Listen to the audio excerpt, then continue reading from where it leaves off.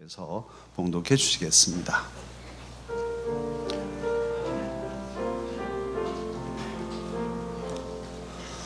열어주소서,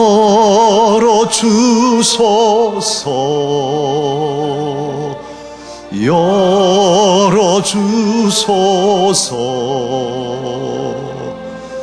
내 눈을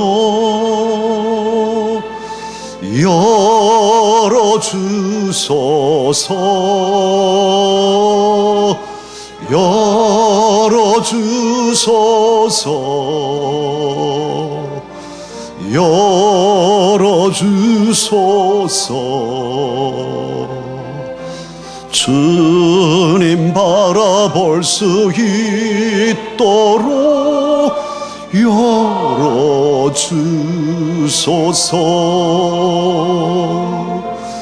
열어주소서, 열어주소서. 내 귀를 열어주소서,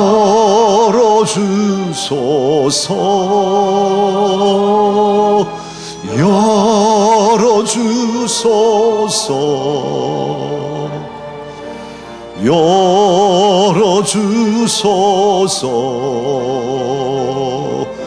주님 말씀 들을 수 있도록 열어주소서.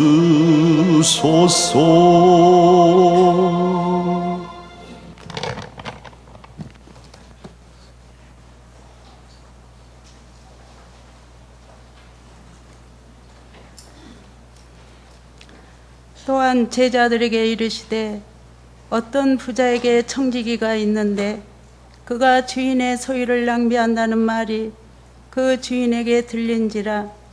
주인이 그를 불러 이르되 내가 내게 대하여 들은 이 말이 어찌 됐느냐. 내가 보던 일을 세마라. 청지기 직무를 계속하지 못하리라 하니, 청지기가 속으로 이르되 주인이 내 직분을 빼앗으니 내가 무엇을 할까. 땅을 파자니 힘이 없고 비로 먹자니 부끄럽구나. 내가 할 일을 알았도다. 이렇게 하면 직분을 빼앗긴 후에 사람들이 나를 자기 집으로 영접하리라 하고, 주인에게 빚진 자를 이일이 불러다가 먼저 온 자에게 이르되 내가 내 주인에게 얼마나 빚졌느냐. 말하되 기름 100마리니이다. 이르되 여기 내 증서를 가지고 빨리 앉아 50이라 쓰라 하고, 또 다른 이에게 이르되 너는 얼마나 빚졌느냐. 이르되 밀 100석이니이다. 이르되 여기 내 증서를 가지고 80이라 쓰라 하였는지라. 주인이 옳지 않는 청지기가 일을 지혜 있게 하였으므로 칭찬하였으니, 이 세대의 아들들이 자기 시대에 있어서는 빛의 아들들보다 더 지혜로움이라. 내가 너에게 말하노니 불의의 재물로 친구를 사귀라. 그리하면 그 재물이 없어질 때에 그들이 너희를 영주할 처소로 영접하리라. 지극히 작은 것에 충성된 자는 큰 것에도 충성되고, 지극히 작은 것에 불의한 자는 큰 것에도 불의하니라. 너희가 만일 불의한 재물에도 충성하지 아니하면 누가 참된 것으로 너희에게 맡기겠느냐. 너희가 만일 남의 것에 충성하지 아니하면 누가 너희의 것을 너희에게 주겠느냐. 집 하인이 두 주인을 섬길 수 없나니 혹 이를 미워하고 저를 사랑하거나 혹 이를 중히 여기고 저를 경히 여길 것이니라. 너희는 하나님과 재물을 겸하여 섬길 수 없느니라. 하나님 말씀입니다. 아멘.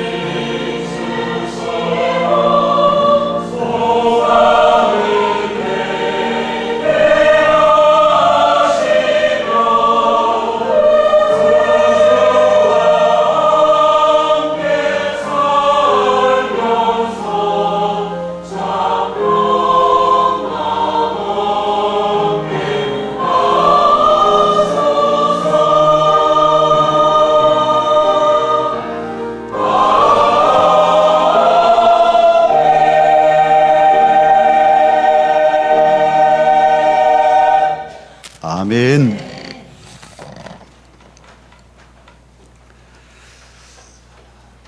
세상의 모든 아가들은 태어날 때 빈손으로 태어납니다.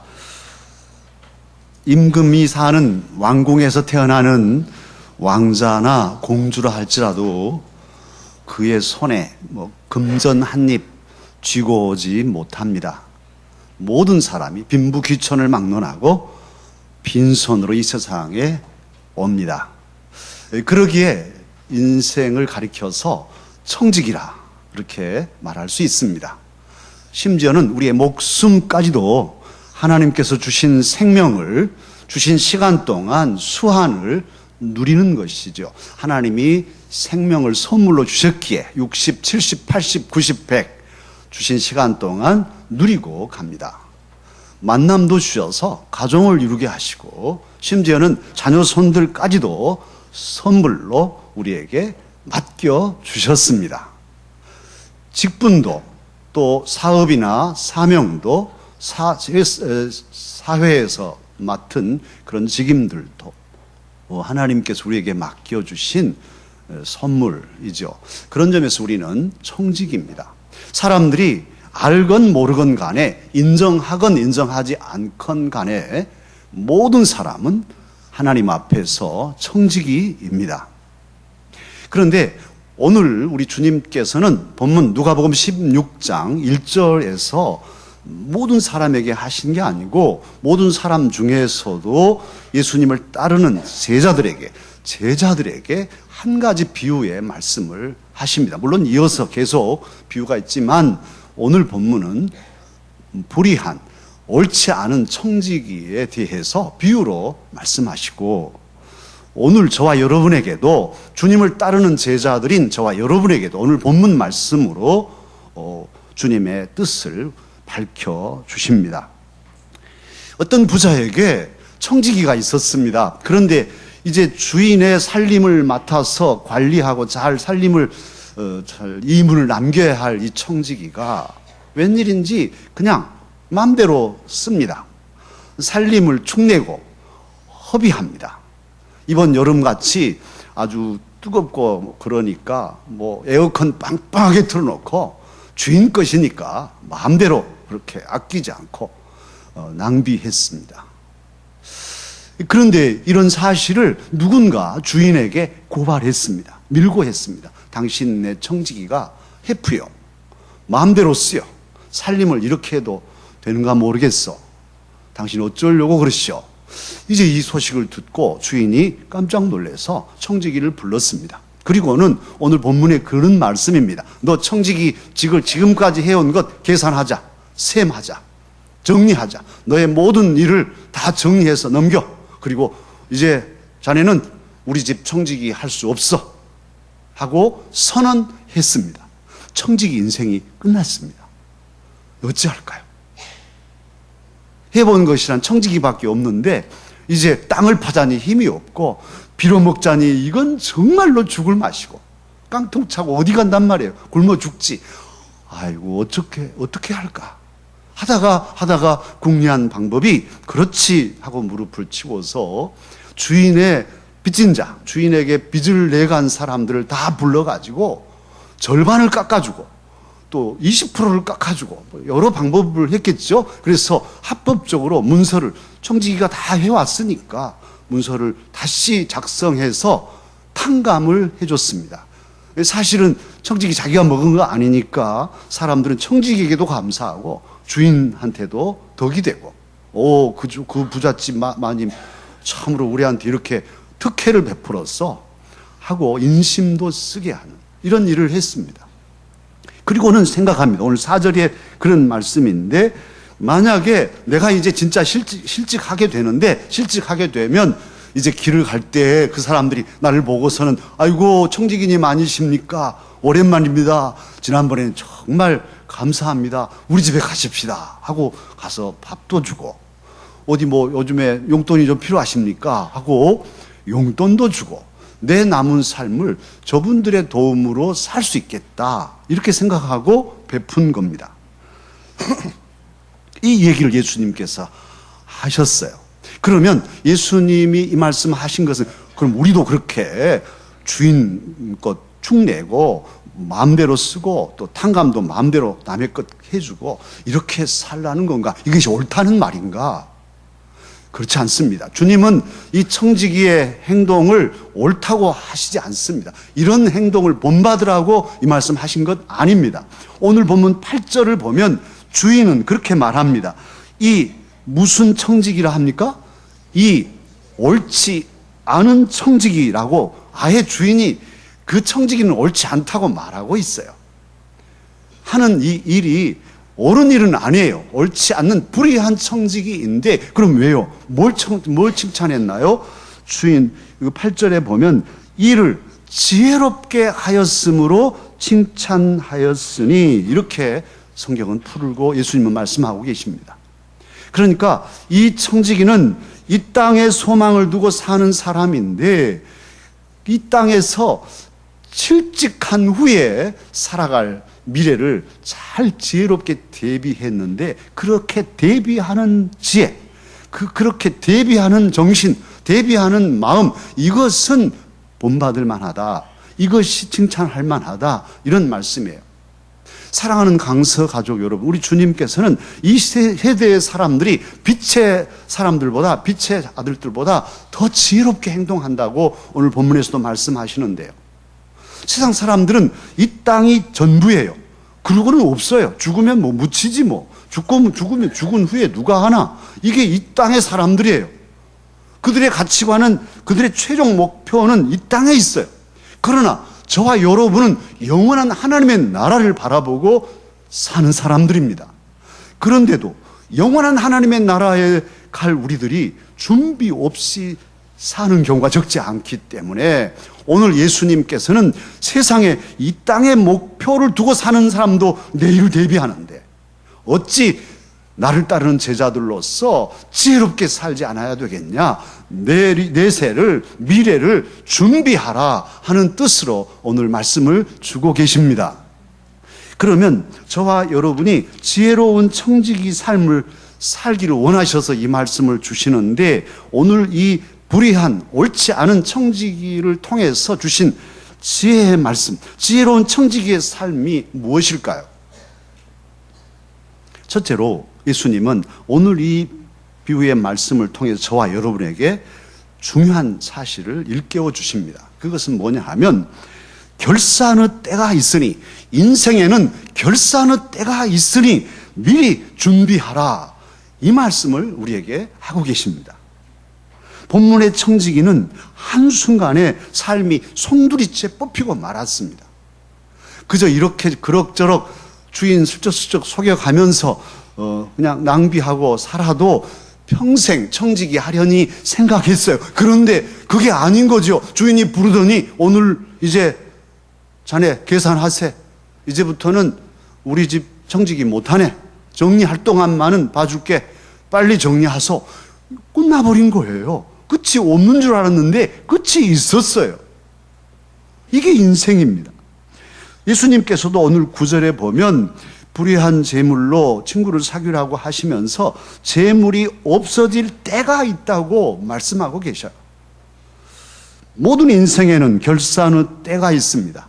작은 결산의 때가 있고, 또 개인적으로도, 가정적으로, 나라적으로도 있고, 또 전 우주적으로도 태말, 큰 끝이 있습니다. 부부도 또는 부모도 결사하는 때가 있어요. 자녀들을 기르시는 우리 젊은 부모님들은 명심하십시오. 기를 때는 아이고 이것들이 언제 커서 시집가고 장가갈까, 어서 좀 갔으면 좋겠다, 우리 두 부부 신혼생활 좀 하게. 저도 그랬어요. 그런데 금방이에요. 금세 커서 장가가면요, 장가가면 집에 좀 가도 되니? 안 돼요. 그럼 못 갑니다. 갈 수 없어요. 아들이 오라고 해야 갈 수 있어요. 집에 같이 살 때가 좋은 거죠. 아하, 이 참 자녀라고, 내가 낳은, 내 몸으로 낳은 자녀들이라고 해서 항상 함께 있지 않아요. 결사하는 때가 와요. 떠나 보내야 하고 함부로 가지 않아야 할 때가 옵니다. 그러기에 같이 있을 때 잘 하십시다. 대답도 안 하실 거죠? 정말 우리에게 정말 부자증한 너무너무 사랑스러운 자녀들일지라도 내 품에 있지 않아야 할 때가 오고 있어요. 그러기에 사실은 아버지 학교 이번에 하자는 것이죠. 아버지 학교 잘 배워서 조금만 내 마음이 바뀌어지면 가정이 천국되고 아이들이 밝게 살 텐데, 그걸 안 해가지고 계속 다투고 전쟁 바닥이고 원망하고 불평하고, 어떻게 그렇게 멍텅구리 같은 삶을 살지 모르겠어요. 아버지 학교 하십시다. 또 대답 안 하실 거죠. 속으로 하시더라도 정말 중요한 것, 같이 있을 때, 결사하는 때가 오기 전에 미리 준비하는 것이 지혜입니다. 지혜로운 청직인 거예요. 자식을 맡았는데 어떻게 지혜롭게 잘 돌볼 것인가, 미리 준비해야만 자녀들도 잘 양육하고 돌볼 수 있어요. 부부도 마찬가지고 또 교회 직분도 마찬가지입니다. 하나님의 일을 하는데도 때가 있어요. 계속 할 수 있는 게 아니에요. 저는 제가 부임할 때 우리 올로 목사님께서 34년 6개월 그 세월 동안 정말 이 교회를 개척하시고 성전을 지으시고, 그리고 열쇠 꾸러미 당신께서 갖고 계셨어요. 그걸 저에게 물려주셨습니다. 당회장실 열쇠하며 다 꾸러미가 있었어요. 그 열쇠로 당회장실을 여는데 말이죠, 정말 저는 그냥 그 처음 열 때 그 기분 잊지 못해요. 그래서 목사님께서 전체를 다 이렇게 갈무리 하시다가 이름도 성도 모르는 목사한테 다 주셨네. 완전히 다 열쇠를 주셨어. 이걸 열면서요, 이제 나의 목회가 시작되는데 언젠가 나도 이 열쇠를 물려줘야죠. 3대 목사에게 물려줄 때 어떤 마음일까? 그래, 그때 열쇠라는 시를 지었어요. 시작이지만 시작의 끝을 생각하는 마음, 지금도 잊어버릴까 봐 늘 끝을 생각하며 가고 있습니다. 그래야 반듯하게 갈 수 있잖아요. 끝이 있다는, 결산의 시간이 있다는 사실을 잊어버리면 방자하게 되고 함부로 하게 되고 잘못되게 되기 때문에 늘 나의 끝을 생각하고, 아버지로서, 어머니로서, 부모로서, 자식으로서, 주님의 교회 일꾼으로서 끝을 생각하며 가는 정신, 마음, 이것은 우리를 반듯하게 세워주는 마음입니다. 주님은 그러기에 끝이 있단다, 그러니 끝을 생각하면서 일해라, 오늘 저와 여러분에게 이 말씀을 주십니다. 나폴레옹이 세계를 제패하려고 하죠. 나폴레옹의 머릿속에는 세계를 전부 다 정복하면 나라가 하나가 되니까, 한 나라니까 나라끼리 전쟁할 일도 없잖아요. 그래서 전쟁 없애려고 전쟁을 해요. 그래서 모든 나라들을 공격합니다. 영국을 공격하려고 하는데 영국은 섬나라입니다. 영국은 또 해군이 강해요. 강력한 프랑스 육군으로 영국 이게 상륙 작전만 성공하면 밥인데, 해군의 세력이 있어요. 그때 해군 제독이 넬슨 제독입니다. 이순신 장군의 버금가는 훌륭한 제독이 거기 있었어요. 그래서 스페인을 정복했기 때문에 스페인의 무적 함대와 프랑스 함대가 같이 연합해서 33척의 함대를 가지고 영국 함대를 공격합니다. 영국 넬슨 제독은 27척의 함대를 가지고 맞섰어요. 그런데 이 넬슨 제독이 죽을 각오를 가지고 두 줄로 종대로, 2열 종대로 해서 바로 기습 작전을 펼쳐서 연합 함대를 깨뜨립니다. 많은 사람들을 살상하고 포로로 잡고 배들을 포획합니다. 프랑스는 400명 정도밖에 전사가 없었어요. 그런데 마지막 때 넬슨이 총상을 입습니다. 그리고 죽어가요. 다 가려놓고 계속 전쟁이 끝날 때까지 하다가 4시간인가 있다가 죽는데요. 죽으면서 넬슨이 그런 말을 했습니다. 하나님 감사합니다. Thank God. 하나님 감사합니다. 이걸 뭐 다른데 번역을 막 이렇게 달리 번역했더라고요. 그냥 하나님 감사해요. 하나님 감사합니다. 나는 나의 임무를 완수했습니다. 죽으면서 자신의 결산의 시간에 나는 하나님 나의 임무를 다 완수했으니 감사합니다. 이렇게 고백할 사람은 비록 전사할지라도 행복한 사람입니다. 그는 지금도 많은 사람들이 존경하는 그런 훌륭한 제독이죠. 그런데 넬슨이 그렇게 훌륭한 제독이 된 까닭이 있어요. 그가 평소에 원칙 삼아서 살았던 그런 소신이 있었는데요. 그게 뭐냐 하면 나는 늘 나의 시간 15분 전에 있었다. A quarter before. 그러니까 1시간에 4분의 1, 15분 전에 항상 자기 시간 앞에 있었다는 거예요. 그래서 그것이 나를 어리고 미숙하고 부족하지만 이렇게 훌륭한 남자다운 장군이 되게 했다. 이렇게 고백합니다. 그는 사람을 만나도 15분 전에 미리 가서 그 사람을 만나면 어떻게 말할까? 그 사람에 대해서 생각하고 기도하고 만났고 예배를 드려도 15분 전에 와서 준비해서 예배를 드렸고 생각해 보십시오. 15분 전에 또는 10분 전에 예배당에 와서 준비해서 예배를 드리는 사람과 15분 지각하고 20분 지각하고 와서 예배 드리는 예배와 하나님께서는 어떤 예배를 받으시겠습니까? 어떤 예배가 하나님을 기쁘시게 하겠습니까? 누구를 만나는데도 15분 전에 와서 준비해가지고 영접하는 만남과 15분 지각해가지고 헐레벌떡 달려와서 만나는 만남이 어떤 만남이 유익하겠습니까? 넬슨은 15분 전에, 쿼터 비포, 늘 15분 전에 어떤 마차를 타고 가야 되는데 마차꾼에게 내가 마차를 타고 가야겠다고 하니까 마차꾼이 6시에 마차문을 엽니다. 저는 6시 정각에 이렇게 합니다. 그러니까 15분 전에 6시 15분 전에 문을 열어라. 이렇게 말할 정도로 자기의 삶을 항상 준비한 삶을 살았습니다. 사랑하는 강서가족 여러분, 오늘 예수님께서는 이 옳지 않은 청지기지만 이 청지기의 잘못된 삶에서도 한 가지 찾았던 지혜, 그걸 통해서 저와 여러분도 미리 준비하는 삶을 살기를 원하십니다. 그리고 두 번째, 오늘 본문에서 주님이 말씀하신 게 있습니다. 10절로 12절에서 강조하는 건데 그것은 충성입니다. 충성하라. 그렇게 말씀하셔요. 특히 지극히 작은 것에도 충성하고 큰 것에도 충성하라는 말씀인데 사실 이렇게 나눠놓은 것은 우리 인간들의 시각 때문에 그래요. 하나님 편에서는 하나님의 안목으로는 작은 것이든 큰 것이든 상관이 없어요. 다 똑같아요.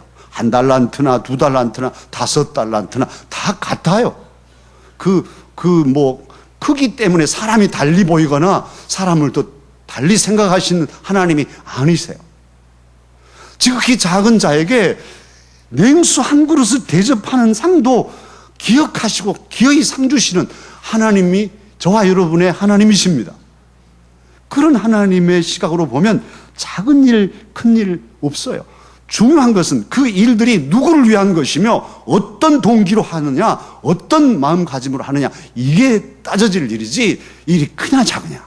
우리는 크냐 작으냐를 따지죠. 도토리 키재듯이 누가 더 잘하냐, 뭐 방언하고 애언하고 고린도 교회처럼 이런 것까지도 가지고 다툼질합니다만 하나님은 없어요. 다 똑같아요. 할렐루야. 그러기에 오늘 주님께서는 저와 여러분이 맡아 있는 작은 것 하나라도 잘 감당하기로 최선을 다하기를 원하셔요. 사실 우리 몸이 이렇게 크지만 보이지도 않는 세포 하나하나 그 셀들이 모여서 이렇게 몸을 이루고 있지 않습니까? 우리 강서교회 오늘도 여러 성도님들, 심지어는 이름도 잘 모르는 그 성도님 한 분 한 분 때문에 우리 강서교회가 있고 담임 목사가 있고 부목사들이 있고 장로님들이 계시고, 그 한 성도가 없어지고 한 성도가 없어지면 교회도 없는 거예요. 주님께서는 목사나 장로나 여러분 한 분 한 분 이름 없는 성도일까지도, 오늘 등록하신 우리 귀한 아들까지도 다 같이 또 함께 한 가족으로 동등하게 귀하게 여겨 주십니다. 또한 그러기에 우리는 작은 일에도 큰 일에도 언제나 충성하고 최선을 다해야겠는데요. 충성은 또 어떻게 하는 거냐 하면, 한자로 충성 충자가 가운데 중자와 마음 심자가 합해져 있는 글씨예요. 이 글씨 그대로 중심이 충성 충자예요.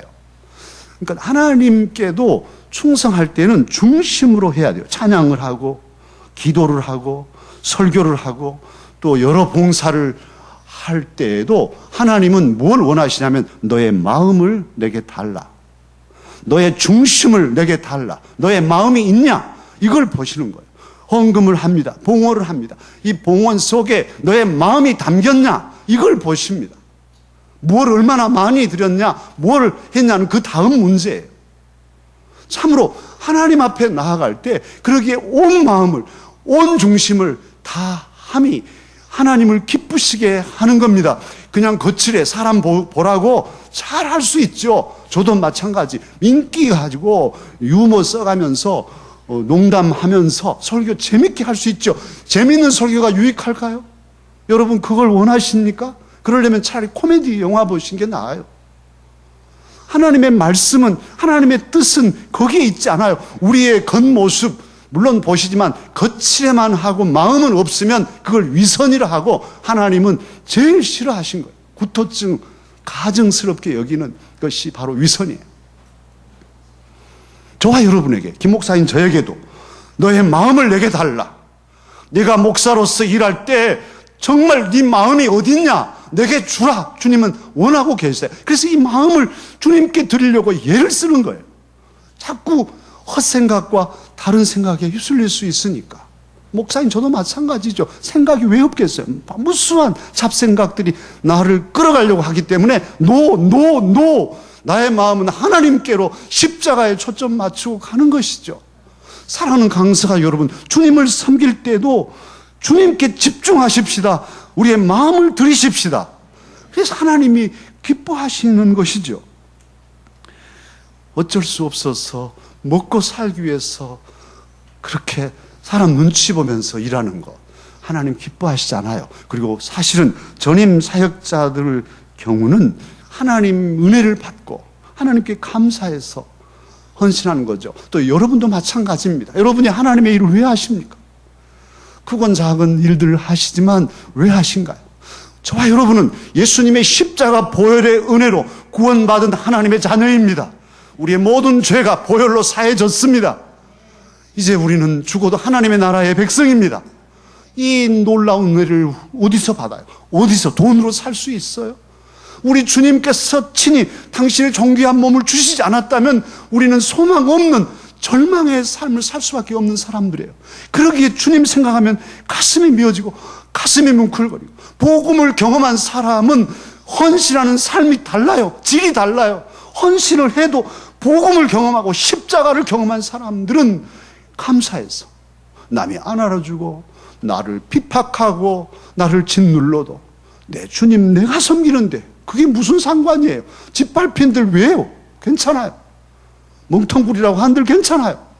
주님께서 나를 인정하시면, 내 주님이 기뻐하시면, 내 오른팔을 달라.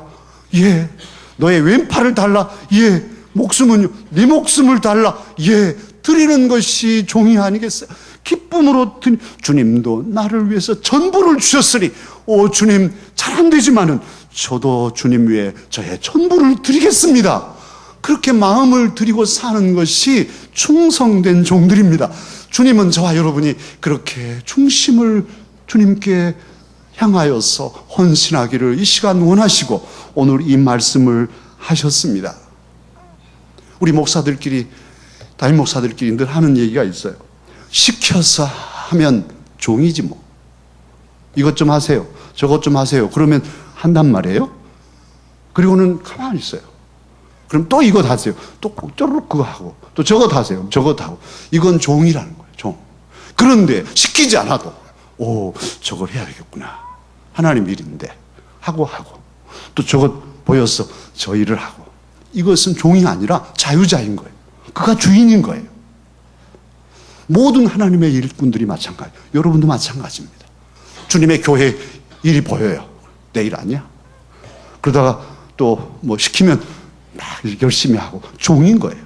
그러나 다 보고 일하면 이 교회의 주인인 것이죠. 주님이 주인이시지만 주님께 위임받은 주인은 또한 자유로운 영혼으로 마음을 들여서 주님을 사랑하는 마음으로 충성하는 사람이 주님 기뻐하시는 종입니다. 오늘 우리 주님께서는 저와 여러분에게 세 번째 말씀을 주십니다.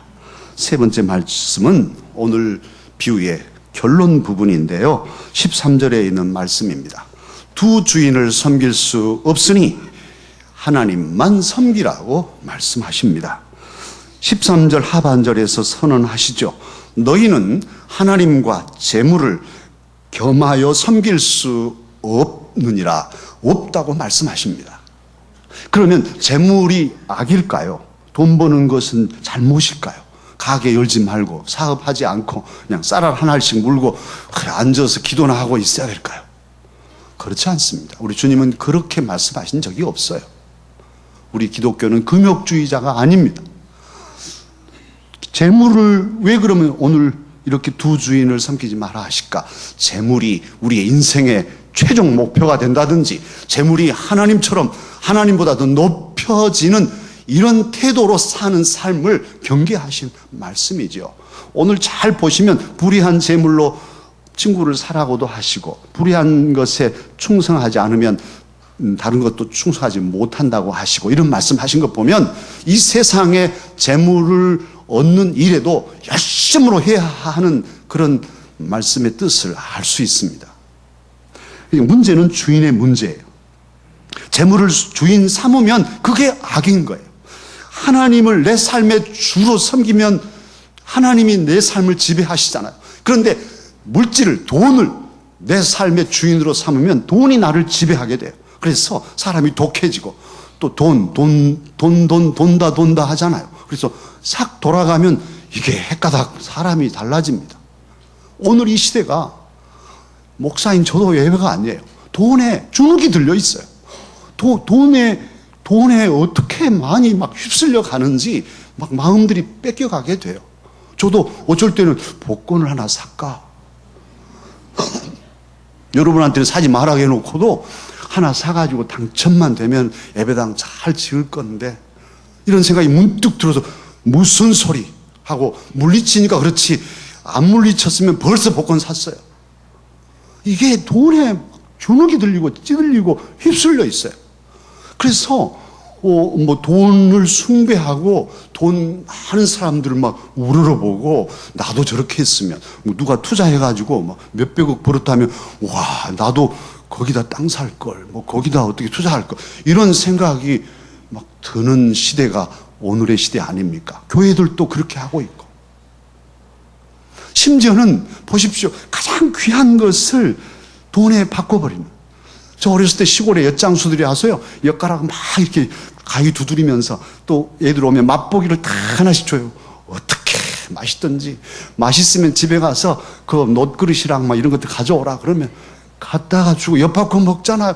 보물을 갖다가 엿바꿔 먹는 거예요. 보십시오. 검사장도 돈하고 그 명예로운 사법 정의를 세우는 사법부가 바꿔 먹잖아요. 돈하고 막 바꿔 먹잖아. 그 법원장도 그냥 뇌물 받고 법원장 괜찮아. 돈 받아도 괜찮아. 바꿔 먹잖아. 엿 바꿔 먹잖아. 명예심을 잃어버렸어요. 돈이 없어도 정말로 명예롭고 온 국민이 존경하고 정말 그 판사님, 그 검사님 정말 우리가 존경할 훌륭한 분이라고 존경할 텐데 다 바꿔 여다고 바꿔 먹었어요. 그런 시대를 저와 여러분이 삽니다. 교장도 바꿔 먹고 죄송하지만 목사들도 바꿔 먹고 어떻게 해야 될까요, 이 시대를? 오늘 주님께서는 다시 말씀하십니다. 너희들 명심해라, 강사가족들. 하나님과 재물을 함께 주인으로 섬길 수는 없다. 하나님 우선, 재물은 차선. 하나님을 경외하고 높이고 하나님을 찬양하고 하나님 중심으로 살아라. 그러면 내가 복을 주마 하는 말씀에 약속까지 들어있습니다. 세상의 원리가 그래요. 자연의 원리와 또 영적인 원리가 그렇습니다. 깊은 산 속에 옹달샘 물이 흐르면 산꼭대기로 흘러가던가요? 그 물이 흐르고 흘러서 아래로 내려오면 아래에 있는 모든 짐승들이나 사람들이 그 물을 마시고 거기에 몸을 씻고 살아갑니다. 그 물로 농사짓고 물이 위에서 아래로 생수가 흘러내리게 돼 있어요. 이게 영적인 원리하고도 동일합니다. 가장 높고 귀하신 성삼위일체 하나님, 하나님께서 복의 근원이십니다. 그분이 생수를 흘러넘치게 하실 때 그 물을 우리가 마시고 그 물을 또한 우리 이웃에게 나눠주면서 살게 하셨어요. 복락의 강물이 흘러넘칠 때 하나님을 높이고 하나님을 찬양하고 경외하는 자에게 복락의 강물을 마시게 하시고 그 물을 마신 우리들이 복을 받고 누리면서 이웃에게 나누게 하셨습니다. 그러니 오늘 이 비유의 최종 결론, 두 주인 섬길 수 없다. 그러니 하나님만 섬기라. 물론 그렇게 명령으로 딱 떨어지기는 안 하셨지만 오히려 더 강하게 지금 우리에게 묻고 계신 거예요. 두 주인 섬길 수 없다. 그러니 어찌할래? 지금 말씀하셔요. 저와 여러분 주 여호와 하나님, 성부, 성자, 성령, 성삼일체 하나님을 귀히 소중히 평생 주인으로 모시고 주님을 찬양하고 예배하며 주님 안에서 물질적인 복과 누림과 나눔을 이루어가는 저와 여러분이 되십시다. 그래야 할 때 주님께서는 낮은 우리를 높이시고 약한 우리를 강하게 하시고 못난이 같고 부족하지만 지혜로 채우셔서 존귀한 삶을 살게 하여 주실 것입니다.